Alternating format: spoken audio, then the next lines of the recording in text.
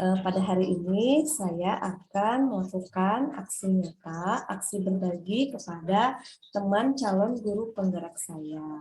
Terima kasih kepada ibu-ibu ya yang sudah meluangkan waktunya pada hari ini karena sudah mau mengikuti aksi berbagi pada hari ini. Sebelum melakukan kegiatan aksi berbagi ini ya, kita akan melakukan kesepakatan ya. Yang pertama mungkin datangnya tepat waktu, kemudian juga saya mohon nanti peserta diharapkan dapat aktif dalam mengikuti kegiatan pemaparan dan sesi tanya jawab ini ya. Baiklah, saya akan memaparkan kegiatan aksi berbagi yang sudah saya laksanakan, kegiatan aksi nyatanya tentang budaya positif di modul 1.4 di sekolah saya. Di sini ada Bu Haji Nani ya. Bu Haji gimana? Sehat, Bu? Alhamdulillah, Neng. Jadi, Bu, Sawarna. paginya? Enggak, ada sesuatu hal. Oh, ada sesuatu. Alhamdulillah. Bu Nia Ya. sehat? Alhamdulillah. Alhamdulillah ya. Bu Handriani, gimana kabarnya? Alhamdulillah sehat. Bu Pipit, gimana Bu Pipit? Aduh, makasih banyak ya udah datang, udah pulang ya Bu Pipit ya? Iya, alhamdulillah ya. Mudah-mudahan Bu Pipit sehat terus ya. Memaparkan materi tentang pentingnya menanamkan budaya positif di sekolah. Ya. Nah, saya sebagai calon guru penggerak di sini akan melakukan aksi nyata yang sudah saya lakukan 4 minggu ke belakang. Ya. Adapun latar belakang mengapa saya melakukan aksi nyata ini, yaitu karena berkurangnya atau menurunnya degradasi moral ya atau krisis moral yang terjadi pada saat ini.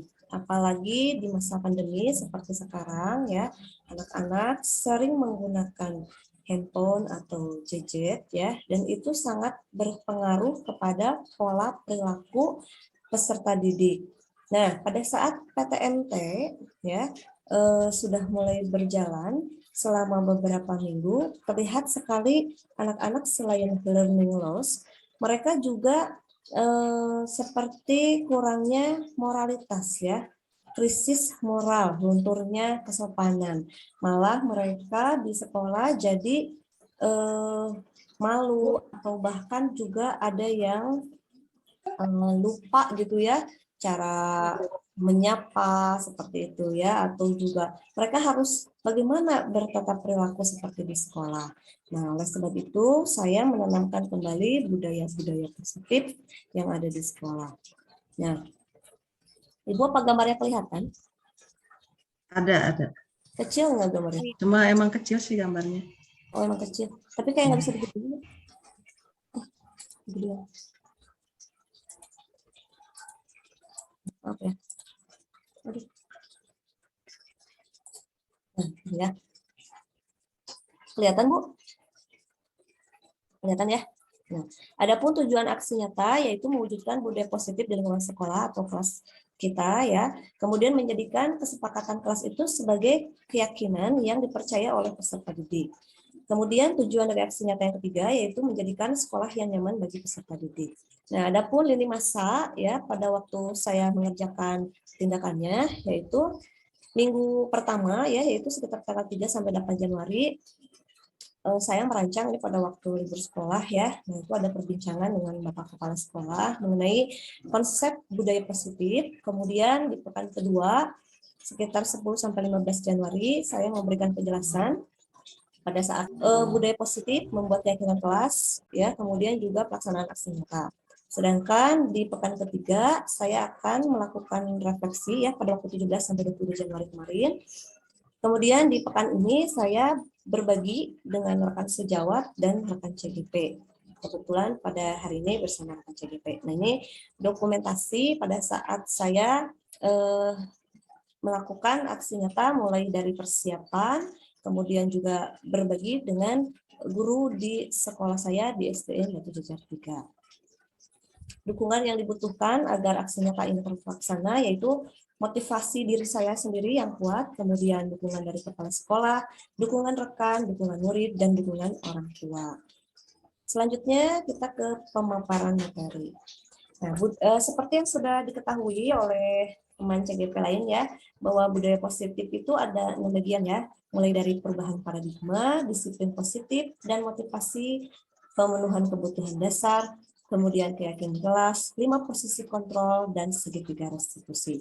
Pasti ibu-ibu di sini juga sudah melaksanakan ya budaya positif mulai dari perubahan paradigma sampai segitiga restitusi. Nah, saya di sini akan menjelaskan secara sekilas saja karena saya juga tahu pasti Bapak, Ibu juga di sini pasti sudah membaca ya dan sudah memahami betul ya. Nah, di sini perubahan paradigma ini sesuai dengan pemikiran Ki Hajar Dewantara ya, di mana pendidikan itu adalah menuntun segala kekuatan kodrat yang ada pada diri anak-anak, sehingga mereka itu bisa mencapai keselamatan dan kebahagiaan yang setinggi-tingginya sebagai anggota masyarakat. Nah, jadi budaya positif ini harus sejalan juga dengan pemikiran Ki Hajar Dewantara. Kemudian, nah ini sebenarnya share-nya yang saya bagikan sama guru-guru di sekolah juga ya, karena mungkin mereka belum tahu ya disiplin positif itu seperti apa. Nah, ini Ibu kalau misalnya saya di sekolah, memang saya juga suka ya kalau disiplin positif itu kayak identiknya dengan patuh, taat aturan, sama hukuman. Kalau Ibu di sekolah kayak gitu juga nggak ya? Ada seperti itu juga nggak? Ya, hampir sama nih. Hampir sama. Mengarah pada peraturan gitu, kedisiplinan. Ya, awalnya kayak gitu ya Bu ya. Kita tuh Iya. tahu modul ini ya. Jadi kayak disiplin tuh pokoknya harus patuh sama guru, kemudian taat sama aturan ya. Nah, kemudian disiplin positif sendiri menurut dosen yaitu proses menciptakan kondisi bagi murid untuk memperbaiki kesalahan sehingga mereka bisa kembali pada kelompok dengan karakter yang kuat. Nah, di sini ada motivasi perilaku, kemudian kebutuhan dasar manusia. Nah, ini kebutuhan dasar manusia ada 5 ya Bu ya. Nah, pasti Bu juga udah tahu mulai dari bertahan hidup, cinta dan kasih sayang, kekuatan, kebebasan, dan kesenangan. Nah, yang saya praktekkan di sekolah ini mulai dari saya memahami kebutuhan dasar anak-anak, kemudian juga melakukan keyakinan kelas, kemudian juga melakukan segitiga restitusi. Nah, kemudian ini adalah dokumentasi pada saat saya melakukan aksi nyata di sekolah. Sebenarnya budaya positif yang dilakukan itu bukan budaya positif yang baru sih sebenarnya ya, tapi mungkin juga kita sering melakukan ya budaya-budaya positif dan tujuannya memang untuk membuat peserta didik menjadi lebih berkarakter kembali ya, jadi lebih menguatkan karakter anak. Nah, ini mulai dari salam tanpa bersentuhan, kemudian mencuci tangan dengan sabun ya. Nah, ini sering pastilah di sekolah Ibu juga sudah melaksanakan seperti ini ya. Nah, kemudian juga budaya positif. Nah, ini yang sudah dilakukan seperti ini mengaji bersama ya, berdoa bersama dan menghafal surat-surat juz 30 sebelum pembelajaran dimulai ya. Adapun tujuan dari saya melakukan aksi ini yaitu agar peserta didik lebih menguatkan lagi kepada profil pelajar Pancasila ya, terutama pada karakter religius ya. Nah, kemudian di sini juga ada kegiatan pramuka. Nah, ini salah satu contoh budaya positif di sekolah saya. Nah, kalau ini adalah kegiatan yang baru ya. Memang jujur saya baru melaksanakan kegiatan ini adalah membuat keyakinan kelas. Pada awalnya saya menggunakan peraturan kelas, tapi setelah mempelajari modul ini, saya mencoba untuk melakukan praktek langsung membuat keyakinan kelas ya. Jadi anak-anak, nah ini foto saya saat sedang menjelaskan apa itu keyakinan kelas. Pada awalnya peserta didik saya bingung ya, kenapa tidak peraturan kelas saja dan apa sih bedanya gitu ya peraturan dengan keyakinan kelas. Tapi setelah saya berikan arahan, kemudian pengertian tentang keyakinan kelas, akhirnya mereka memahami dan dapat mencoba untuk mengikuti keyakinan kelas ini.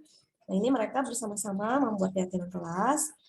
Keyakinannya dibuat semenarik mungkin dan jelas. Ini yang terpampang di dinding kelas saya, ya, supaya mereka bisa mengingat kembali dan bisa melaksanakan keyakinan kelas. Ini fotonya yang mereka kerjakan, ya. Nah, ini juga saya selain melakukan keyakinan kelas, saya juga berusaha untuk lebih membuat segitiga restitusi tidak dengan hukuman, ya, jadi lebih fair gitu sama anak-anak, ya. Nah, adapun hasil aksi nyata, ya, terutama setelah melaksanakan aksi nyata yang baru, ya, keyakinan kelas, anak-anak itu menjadi lebih disiplin, terus juga mereka lebih percaya diri dan mengakui bahwa keyakinan kelas itu ada gitu, dan mereka mengikuti keyakinan kelas itu, ya. Nah, kemudian juga mereka jadi nyaman di sekolah, ya. Jadi katanya, nah ini testimoninya dari murid saya, katanya anak-anak tuh jadi gak berisik gitu, ya. Karena tidak perlu disuruh lagi katanya sama saksi keamanan atau sama KM, ya. Nah, ini pada waktu saya berbagi dengan rekan sejawat, nah ini ada guru di sekolah saya, namanya Ibu Nadira. Dia mengikuti, ya, aksi yang saya lakukan. Katanya boleh juga tuh dicoba gitu, ya, menerapkan keyakinan kelas daripada peraturan kelas gitu, ya. Dan alhamdulillah katanya dapat membantu mendisiplinkan anak-anak. Mungkin begitu ya Bu ya pemaparan dari saya. Alhamdulillah.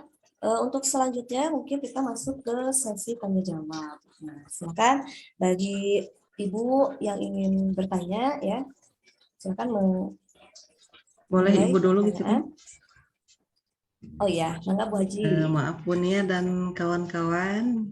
Ini sebetulnya sih apa ya? Lihat pemaparan dari yang sudah barusan dipaparkan sudah bagus, komplit dan juga berurutan. Hanya mungkin di sini Ya, yang ingin tahu gitu. iya. Tadi kan ada segitiga restitusi, di situ hanya berupa apa gitu dokumennya. Pengen lebih jauh, bagaimana nih? Kan tadi disebutkan menerapkan segitiga restitusi dengan hal-hal yang positif lah, bukan berupa hukuman atau mengarah pada menekan pada anak gitu ya. Nah, itu contohnya seperti apa gitu, Ya, segitiga restitusi yang dilakukannya. ya. Mungkin itu saja sih sementara. Terima kasih. Terima kasih Bu Haji atas pertanyaannya, ya. Nah, ini aksi nyata segitiga restitusi yang saya lakukan ini yaitu pada saat kebetulan nih ada anak-anak katanya yang biasa, ya, suka bermain-main gitu, ya. Itu katanya ini apa? Jajanannya jatuh. Nah, ini tuh yang perempuan jatuh. Nah, terus yang laki-laki ternyata nggak sengaja, dia tuh cuma nggak sengaja nyenggol, tapi yang perempuannya marah. Nah, ini kalau misalnya saya sih dulu nih, ya, seringnya cuma bilang, ya udah deh kamu minta maaf aja, beres kan gitu, ya. Nah, tapi setelah mempelajari segitiga restitusi, ternyata maaf tidak cukup gitu, ya. Jadi saya ingin kedua murid saya merasa menang-menang, ya. Jadi kedua belah pihak menang. Nah, ini saya lebih memberikan hak anak itu, ya, menanyakan kembali gitu, ya. Sebenarnya kalau kamu sudah menjatuhkan makanan teman kamu ini yang perempuan gitu, ya, sebaiknya apa yang harus kamu lakukan? Nah, ya, sebenarnya dengan bertanya kepada anak dengan tidak menjatuhkan salah satu anak, tapi saya menginginkan anak saya menang-menang, jadi kedua belah pihak menang. Begitu Bu Haji. Bagaimana? Yang lain ada yang mau menambahkan mungkin? Kemana yang lain pada dia? Gimana Bu Kita Nia? mana Ibu? Mau bertanya, Bu? Dikit lagi lain atau yang lain? Silakan. Ya, enggak. Soalnya ini ada kali 12 menitan lagi lah, Bu. Iya. Mau bertanya? Iya, boleh. Bu Ani, mangga Bu Ani. Ya, terima kasih Bu Prita.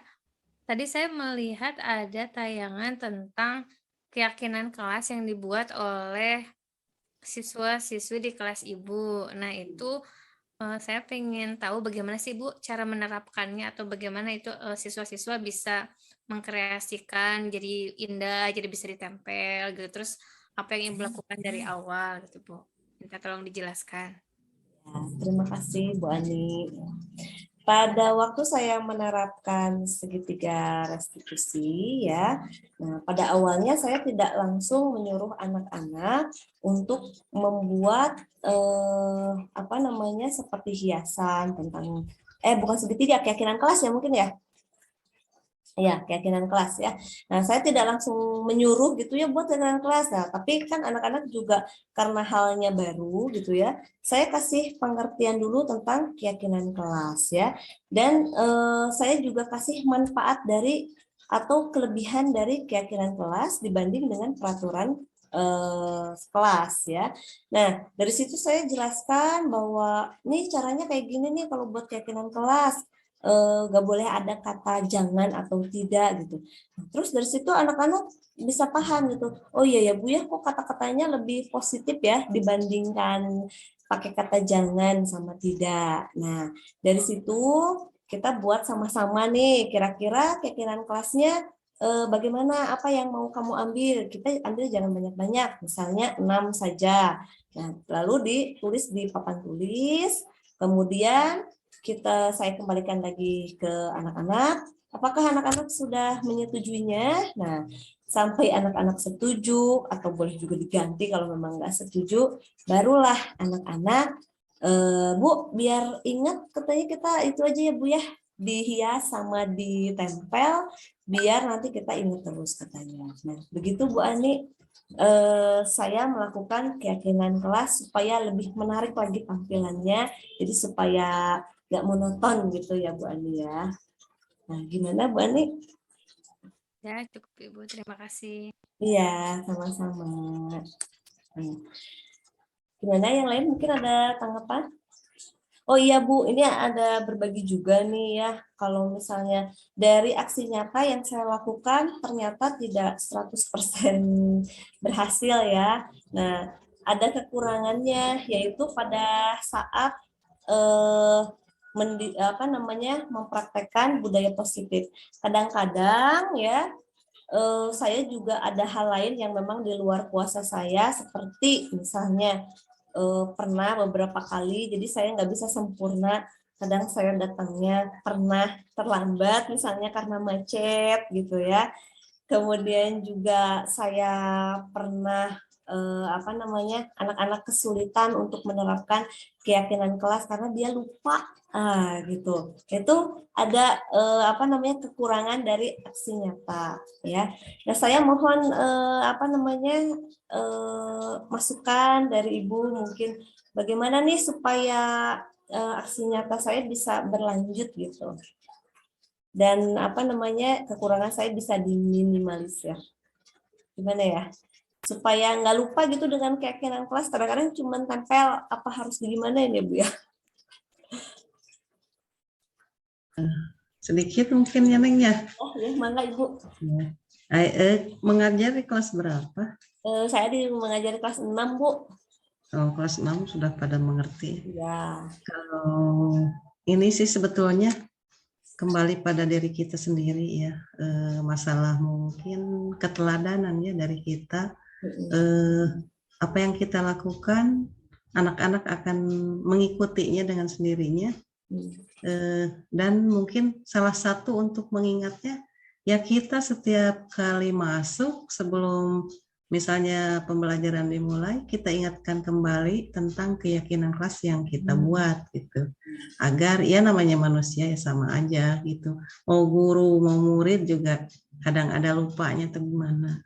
Jadi pertama dari keteladanan kita, yang kedua kita senantiasa mengingatkan bahwa sebelum kita mempelajari, masih ingatkan keyakinan kelas yang kita buat anak-anak gitu. Jadi diingatkan kembali kepada mereka supaya dalam kegiatan pembelajaran pun mereka mengingat poin-poin yang sudah mereka buat dengan kita gitu nih. Aduh, terima kasih banyak nih Bu Haji ya masukannya. Betul kali ya Bu ya. Jadi harus kitanya yang harus ingatin setiap hari mungkin ya Bu ya, diingatkan supaya anak-anak pas di sekolah sebelum mulai belajar, oh iya kita punya keyakinan kelas, jadi kita perlu berlaku dan bersikap seperti apa ya. Betul sekali, terima kasih kepada Bu Haji yang sudah memberikan masukan ya. Mungkin ini pemaparan dan sesi tanya jawab dari saya cukup sekian ya. Mudah-mudahan apa yang saya paparkan pada hari ini bisa memberikan manfaat bagi saya, sekolah saya, dan teman CGP lainnya. Saya mengucapkan terima kasih banyak atas waktunya. Mudah-mudahan Allah Subhanahu wa Ta'ala membalas kebaikan ibu-ibu semua. Terima kasih ya, Ibu. Wabillahi taufiq wal hidayah. Wassalamualaikum warahmatullahi wabarakatuh. Izin. Waalaikumsalam. Assalamualaikum warahmatullahi wabarakatuh.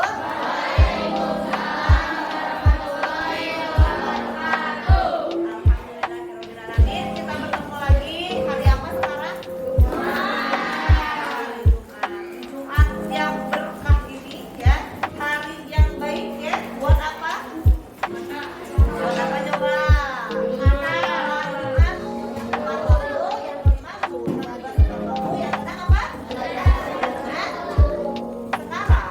kalian silakan buat ya di kertas ya. Nah ini tulisannya nanti ditulis ke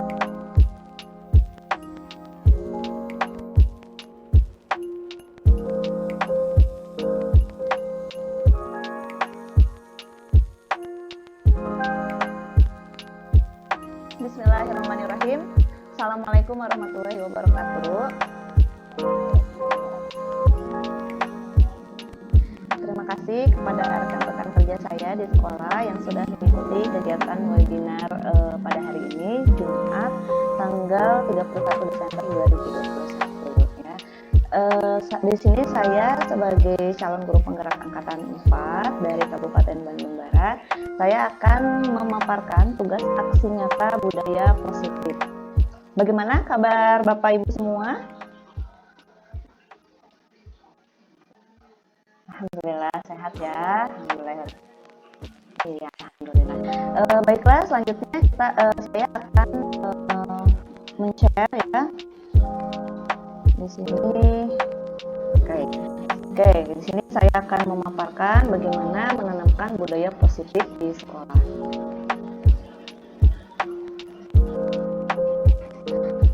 Adapun tujuan webinar pada hari ini yaitu peserta webinar memahami konsep budaya positif.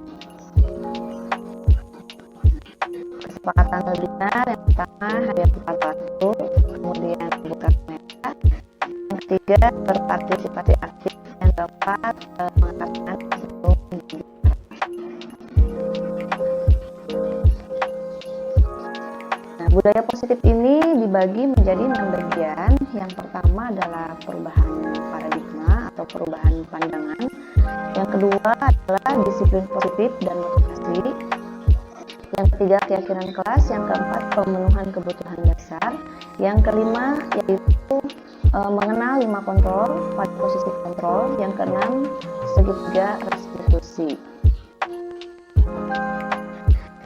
Kita masuk ke sesi yang pertama yaitu tentang perubahan paradigma dalam pendidikan. Nah, yang akan kita bahas di sini yaitu tentang disiplin. Tentu Bapak dan Ibu guru menginginkan murid-muridnya atau anaknya ya untuk berperilaku disiplin. Menurut Bapak Ibu sendiri, sebenarnya disiplin itu apa ya Bu ya?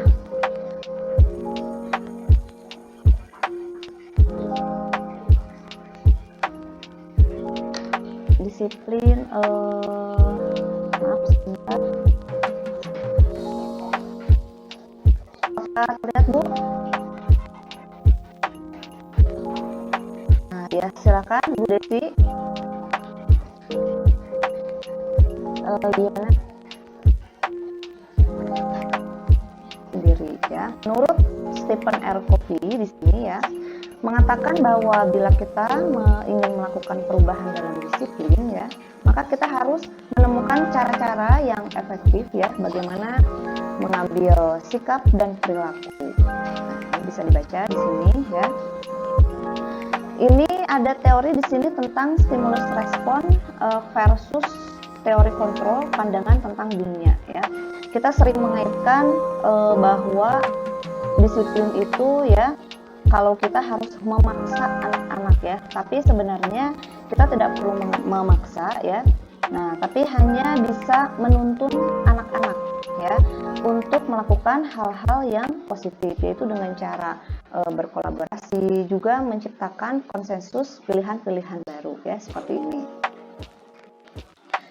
Ini menurut pemikiran Ki Hajar Dewantara ya, bahwa pendidikan itu adalah menuntun segala kekuatan kodrat pada anak agar mereka dapat mencapai keselamatan dan kebahagiaan yang setinggi-tingginya sebagai manusia maupun anggota masyarakat. Nah, di sini kita mengacu kepada pemikiran Ki Hajar Dewantara bahwa kita sebagai pendidik itu ya, ini sama halnya dengan seorang petani.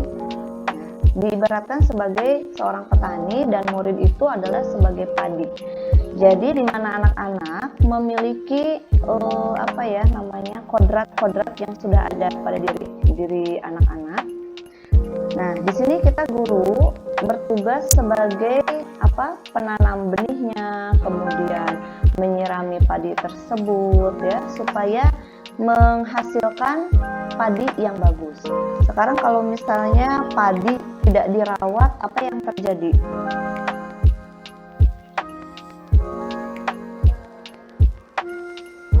Nah, tidak akan tumbuh dengan baik, betul sekali ya Bu Linda. Nah, kalau misalnya anak-anak itu jadi udah di dalam dirinya sendiri itu udah punya kodratnya masing-masing, tapi kita sebagai guru perlu merawatnya, perlu menuntunnya ya, tapi dengan tidak memaksa ya, tapi dengan kodrat-kodrat yang sudah ada pada diri anak-anak. Nah, gitu ya. Nah, jadi kalau misalnya pemikiran-pemikiran Ki Hajar Dewantara ini mengacu kepada profil pelajar Pancasila ya, seperti kerjasama ya, kemudian juga gotong royong, berakhlak mulia gitu ya. Nah, ini selanjutnya disiplin positif. Nah, ini ya, disiplin positif yang bisa kita terapkan di sekolah. Nah, tentu ya tadi yang seperti Bapak Ibu jelaskan ya, bahwa disiplin positif itu katanya erat dengan kepatuhan, kemudian taat aturan dan hukuman ya. Biasanya kalau anak kita tidak patuh di sekolah dapat apa, Bu?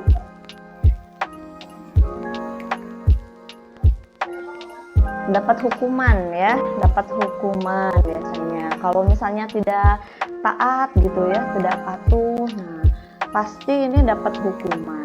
Padahal ya dalam istilah disiplin positif ini kita tidak harus memberikan hukuman.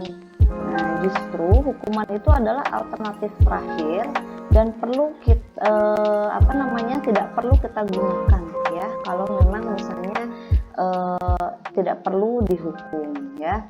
Nah, bagaimana kalau misalnya sudah melanggar peraturan tetapi tidak dihukum? Apakah ada yang tahu, Bu? Belum ya. Nah, sekarang kita cari tahu ya. Nah, selama anak melakukan ketidaknyamanan atau melakukan kesalahan ya, pasti mereka mempunyai motivasi ya kenapa mereka melakukan hal tersebut atau misalnya melanggar peraturan ya. Nah, menurut Dan Gosen ya dalam bukunya Restructuring School Discipline, seorang manusia itu mempunyai 3 alasan motivasi perilaku ya, kenapa seseorang bisa melakukan seperti itu. Nah, yang pertama, ini juga mungkin terjadi sama anak-anak kita atau sama murid kita ya. Nah, yang pertama, kenapa orang melakukan seperti itu? Yang pertama yaitu untuk menghindari ketidaknyamanan atau untuk menghindari teman. Kemudian untuk mendapatkan bukan hal-hal yang negatif, lebih baik kita mencari tahu kenapa anak tersebut melakukan hal-hal yang negatif ya.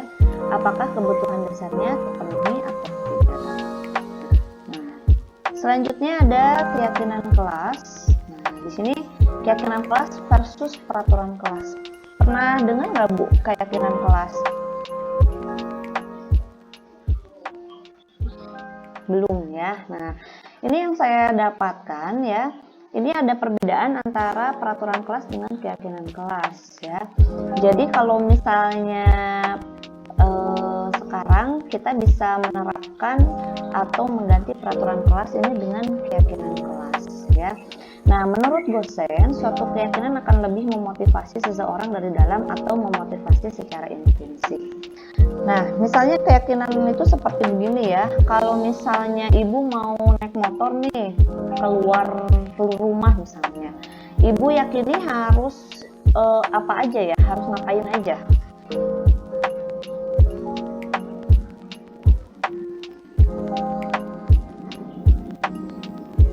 Harus nyiapin SIM ya. Iya, betul, menyiapkan keberanian, nyiapin SIM juga, terus harus pakai menentukan tujuan, harus pakai helm juga gitu ya. Iya, benar. Nah, itu kalau misalnya pakai helm, kepercayaannya itu apa yang tertanam dalam diri ibu-ibu? Akan merasa aman ya. Kemudian ya, betul ya, takut terjadi apa-apa nanti kalau pakai helm nanti bisa aman gitu ya. Nah, keyakinan itu seperti itu ya, berbeda dengan peraturan kelas. Jadi keyakinan itu lebih diterapkan di dalam diri anak-anak sebagai motivasi yang ada di dalam dirinya sendiri ya. Jadi kalau misalnya keyakinan itu diganggu gugat sama orang lain tapi anaknya udah yakin, nah itu tidak akan berubah gitu ya. Nah, seseorang akan lebih tergerak dan bersemangat untuk menjalankan keyakinan daripada hanya sekedar mengikuti serangkaian aturan gitu. Jadi kalau keyakinan lebih tertanam di dalam diri masing-masing gitu, ya. Nah, kalau misalnya ini ada perbedaan antara peraturan dan keyakinan. Di sini lihat nih, ada beberapa peraturan yang sudah saya tulis ya. Ini kita bisa terapkan dan kita bisa ganti dengan keyakinan atau nilai-nilai kebajikan di kelas. Contohnya, misalnya nomor 1, kembalikan barang ke tempatnya. Tapi kita buat keyakinan ya, atau merubah peraturan tersebut dengan hal-hal atau kalimat yang positif ya, yang nanti bisa tertanam di diri anak-anak. Nah, kalimatnya bisa jadi kita menyimpan kembali barang yang sudah dipergunakan. Atau yang kedua, misalnya peraturannya dilarang mengganggu orang lain.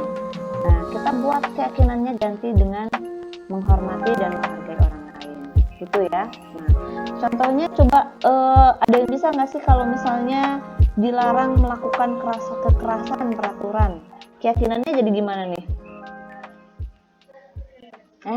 Benar, saling menyayangi ya, saling menyayangi sesama teman gitu ya. Atau misalnya ini nih, bergantian atau menunggu giliran, keyakinannya gimana? Kenapa? Sabar, benar ya, sabar, betul sekali. Wah, pada pinter nih ibu-ibu nih ya. Nah, itu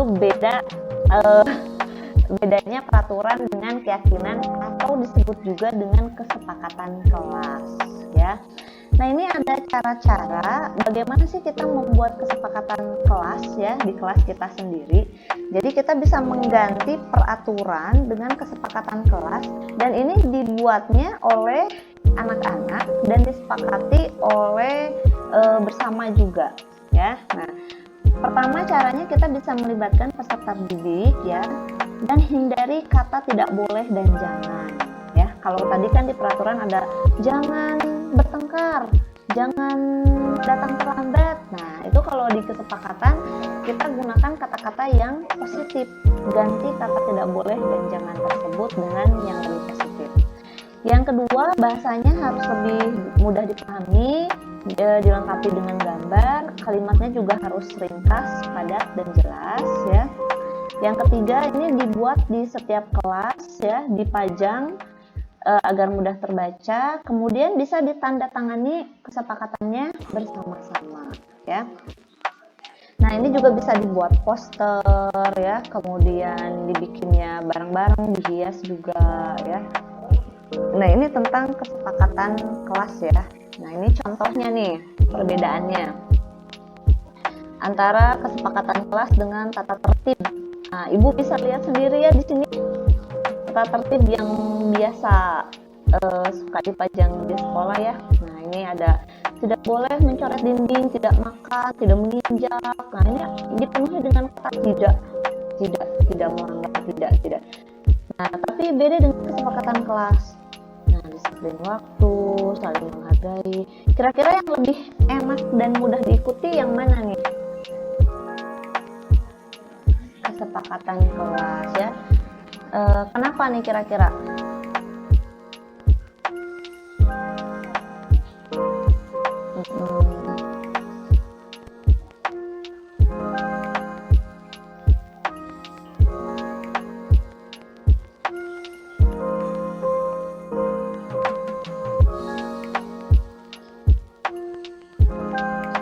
Betul ya Bu Esti ya, benar sekali ya.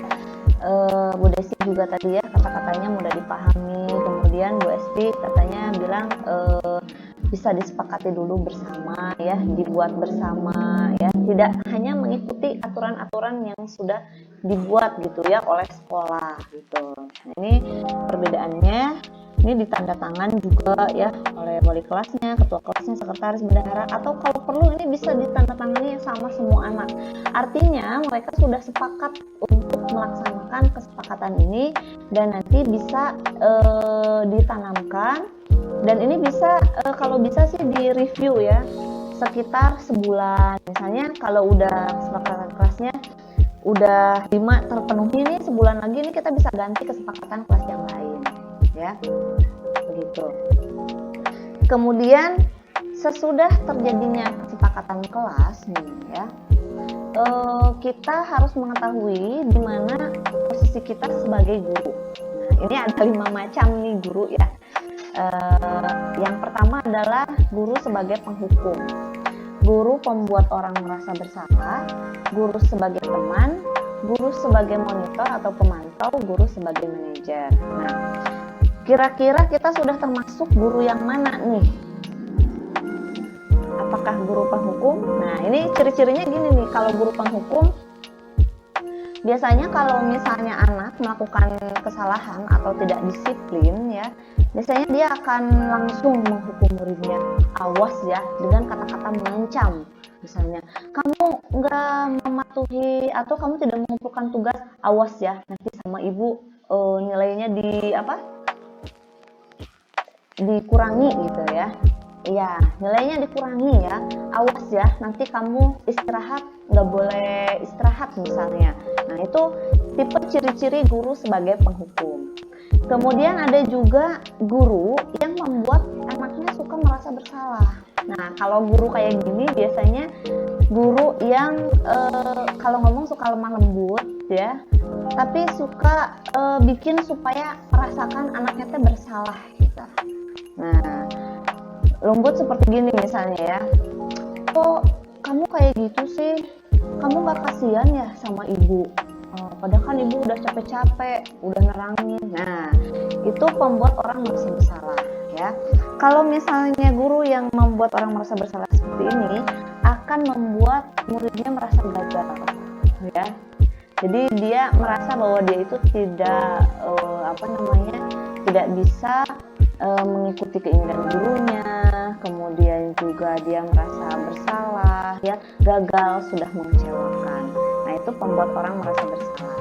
Nah, kalau misalnya guru sebagai teman, ini kalau misalnya guru sebagai teman, biasanya guru tersebut kalau anaknya kurang disiplin, dia akan berbicara sebagai seperti ini, seperti sambil humor gitu ya, sambil bercanda, gitu ya.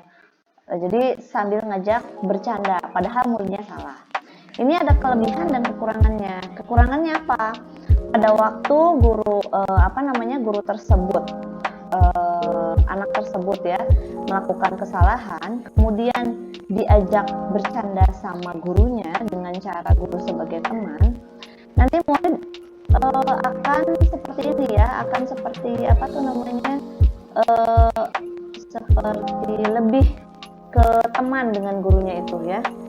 Kemudian juga dia siapa tahu nanti kalau ke guru lain enggak gitu, karena tidak diajak seperti teman juga ya. Jadi kalau misalnya sama guru seperti itu, ada guru yang suka heureuy kan ya Bu ya di sekolah misalnya ya, kalau lagi salah sambil diheureuyan kayak gitu ya. Nah ini jangkanya jangka pendek ini apa namanya efektivitasnya, karena dia akan melakukan, siapa tahu melakukan kesalahan lagi tapi dengan guru yang lain gitu ya. Dia hanya tergantung dengan guru itu ya. Kemudian yang kelima ini ada guru sebagai pemantau ya atau monitor. Jadi dia suka bikin catatan sama muridnya ya, dipantau muridnya udah berapa lama nggak ngerjain PR. Nah ini biasanya guru-guru yang suka monitor. Nah yang kelima, nah ini sebenarnya tujuan utama kita sebagai guru, yaitu guru sebagai manajer ya. Pencapaian posisi manajer disinilah murid menjadi pribadi yang mandiri, merdeka, bertanggung jawab atas segala perilaku dan sikapnya, yang pada akhirnya dapat menciptakan lingkungan yang positif, nyaman, dan aman. Bagaimana guru manajer itu? Jadi, guru manajer itu ya kontrolnya itu ada di murid. Jadi, guru itu hanya memanajer apa yang sudah dilakukan murid dan dia mencari solusi sendiri dibantu oleh gurunya gitu ya. Nah kira-kira kita kalau di rumah ini yang udah ibu-ibu, kita sebagai orang tua yang mana nih? Oh nomor 1 dan nomor 2 sama ya, saya juga gitu Bu. Kalau Bu Lina yang mana nih kalau di rumah? Kalau yang Bu Linda kalau di rumah udah jadi orang tua yang mana nih?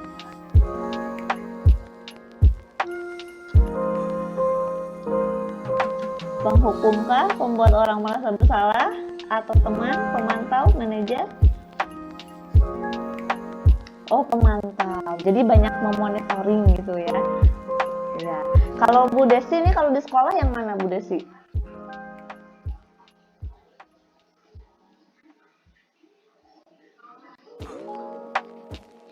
Iya.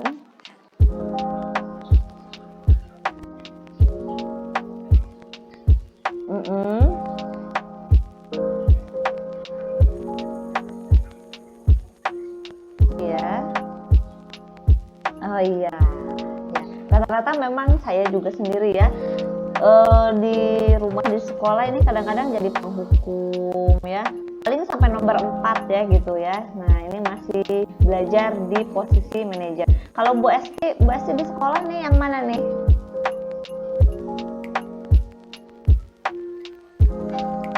Halo Bu Esti.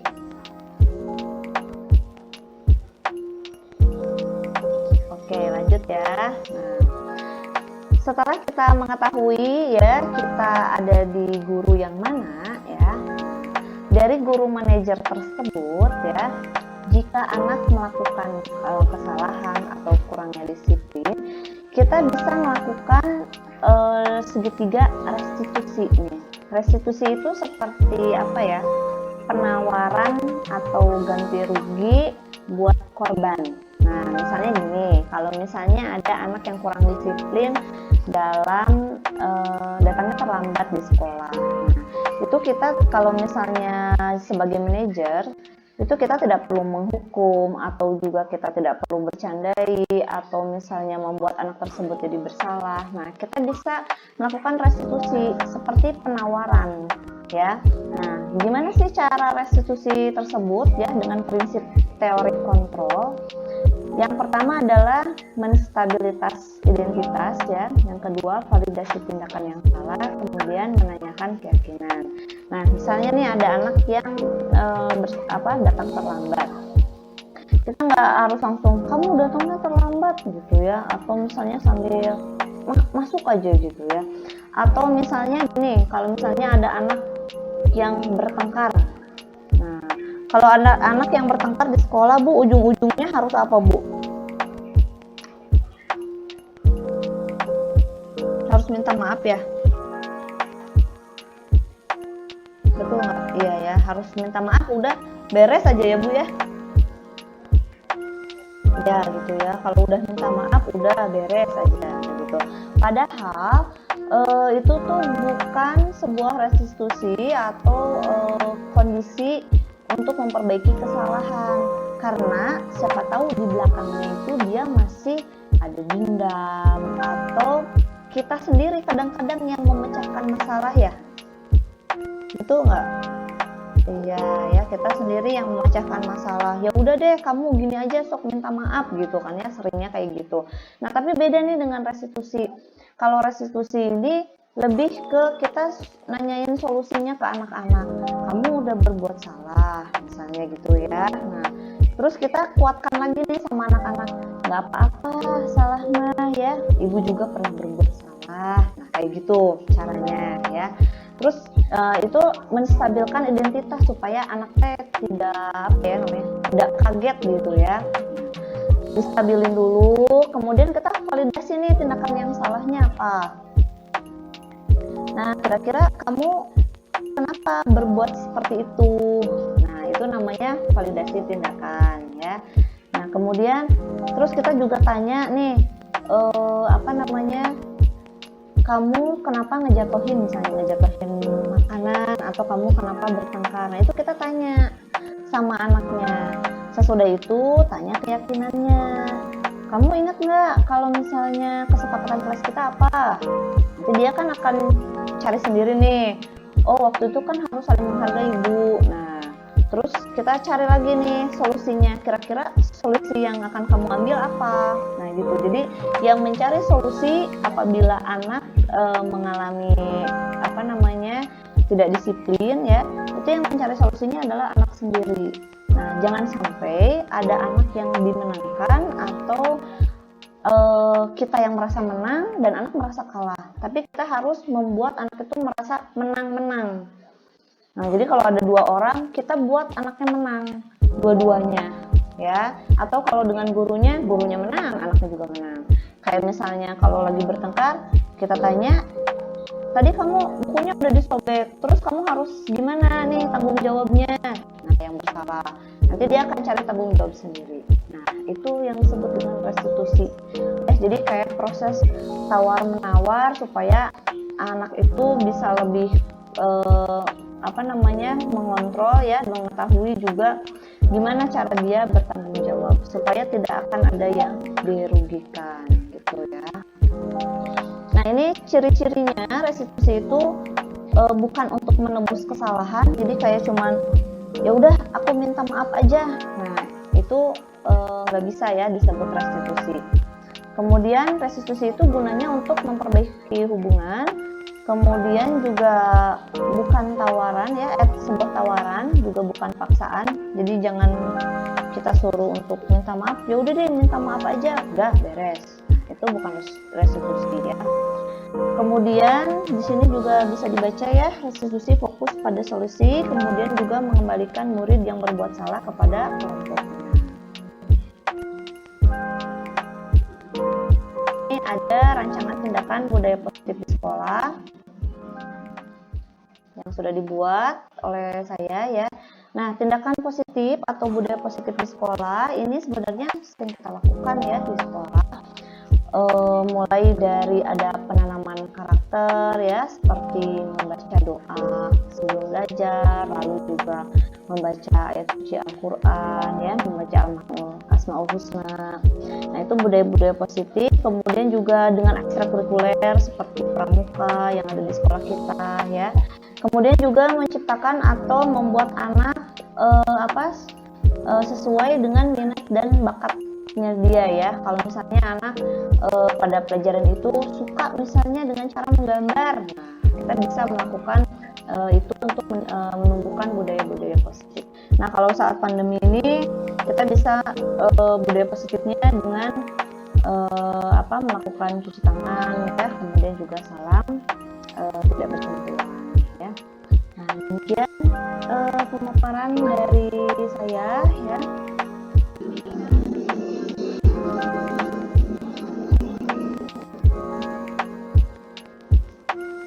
Waktu yang efektif mungkin begitu ya, jika ada yang melakukan kesalahan atau tidak melakukan budaya positif di sekolah.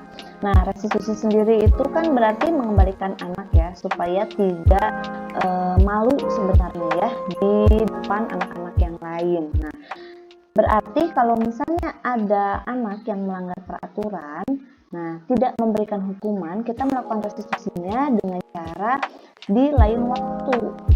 Ya, kalau misalnya kita senggang gitu ya. Nah, jadi kalau misalnya pada waktu anak melakukan kesalahan tersebut, kita tidak harus langsung, jangan langsung gitu. Mungkin nanti kita bisa panggil Ananda, Budi, nanti silakan pada saat istirahat datang ke kantor ibu ya. Nah, mungkin pada waktu itulah kita melakukan restitusi. Nah, jadi pada waktu anak-anak di depan teman-temannya yang lain diusahakan kita tidak melakukan restitusi. Jadi restitusinya bisa secara individu. Kalau misalnya masalahnya kelompok, bisa juga dengan kelompok. Begitu ya, Bu Desi. Bagaimana? Ada lagi yang mau ditanyakan? Iya, terima kasih. Bu Esti ada pertanyaan?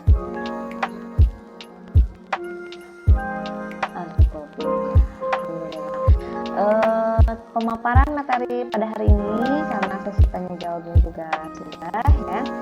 Terima kasih saya ucapkan kepada guru-guru yang sudah mengikuti pemaparan materi saya, yaitu di webinar pentingnya menanamkan budaya positif di sekolah.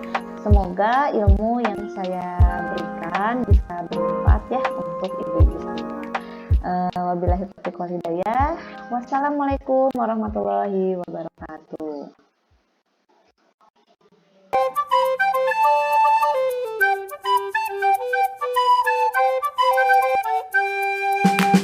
Assalamualaikum, nama saya Jidan.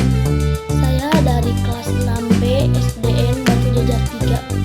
Setelah Bu Prita menerapkan aksi-aksi budaya positif di sekolah seperti mengaji bersama, melakukan kesepakatan kelas, dan melakukan segitiga restitusi, saya dan teman-teman menjadi lebih disiplin. Dan kami ingat tentang keyakinan kelas kita, dan kita juga menjadi lebih hafal ayat-ayat di dalam Al-Quran.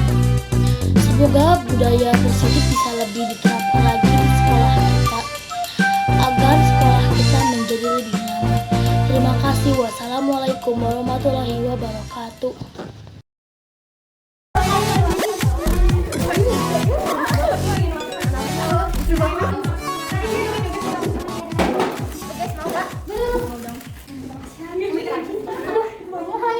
Bapak Asif? Asif, lu aku tadi jatuh sama kamu. Lagian kamu juga kenapa tadi ngejek orang tua aku? Terserah aku dong. Kalau kamu juga apa? Tapi kenapa tadi? Ya kenapa tuh? Sini kamu. Ayo sini. Dia bisa bilangin ke Bu Prita. Ayo. Yang berantem kan? Ya ayo. Yusuf biasa.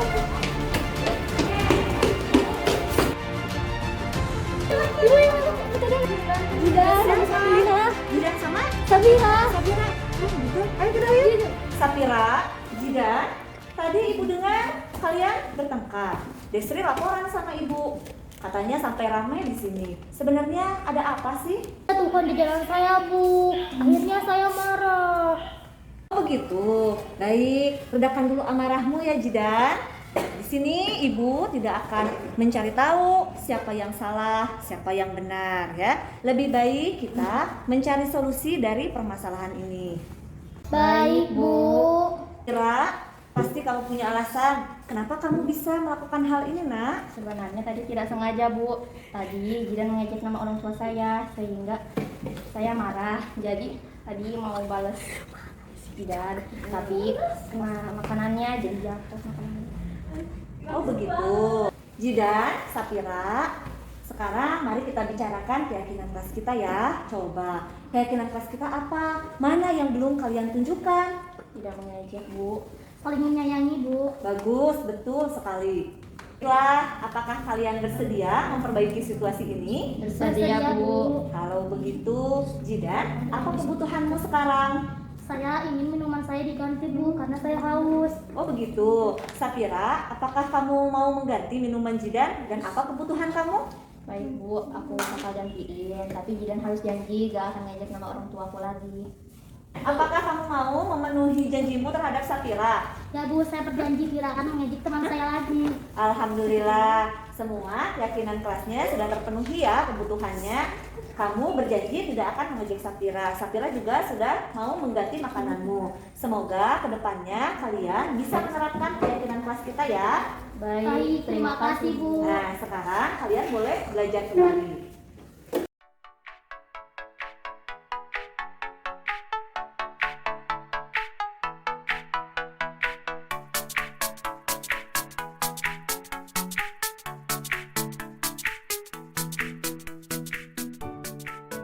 Hansa, apa kamu tahu tugasmu pekan ini? Tahu, Bu, tugas matematika dan bahasa Indonesia. Alhamdulillah kalau kamu mengetahui tugasmu pekan ini. Tapi sudah 1 minggu, kenapa kamu tidak mengumpulkan tugas dan tidak mengikuti pelajaran daring? Maaf, Bu. Iya, tidak apa-apa. Semua orang pasti pernah melakukan kesalahan. Ibu juga pernah kok melakukan kesalahan.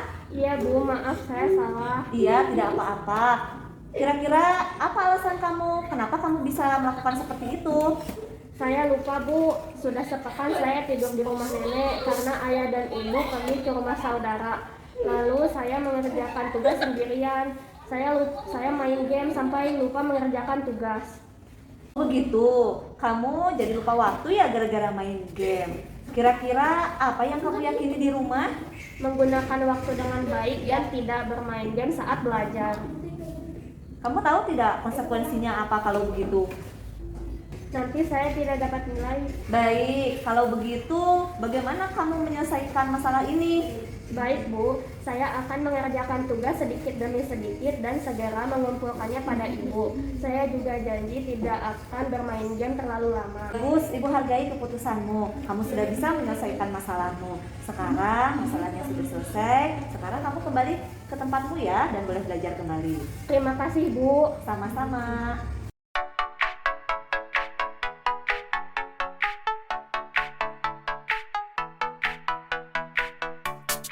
Dengan kegiatan ini, saya jadi tahu bagaimana cara menyelesaikan masalah.